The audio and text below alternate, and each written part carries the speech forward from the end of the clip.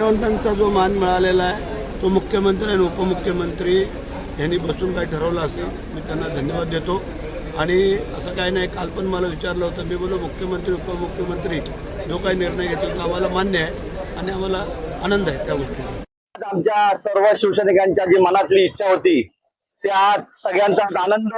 असा गगनाला वाढला नाही की आज जो 26 जानेवारीचा झेंडावरचा मान आज अनेक वर्ष आम्ही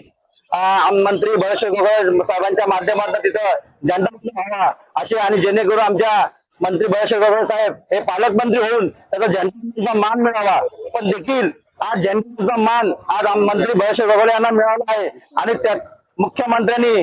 जो आमच्या मंत्रिमंडळाला जो आज मान दिलेला आहे,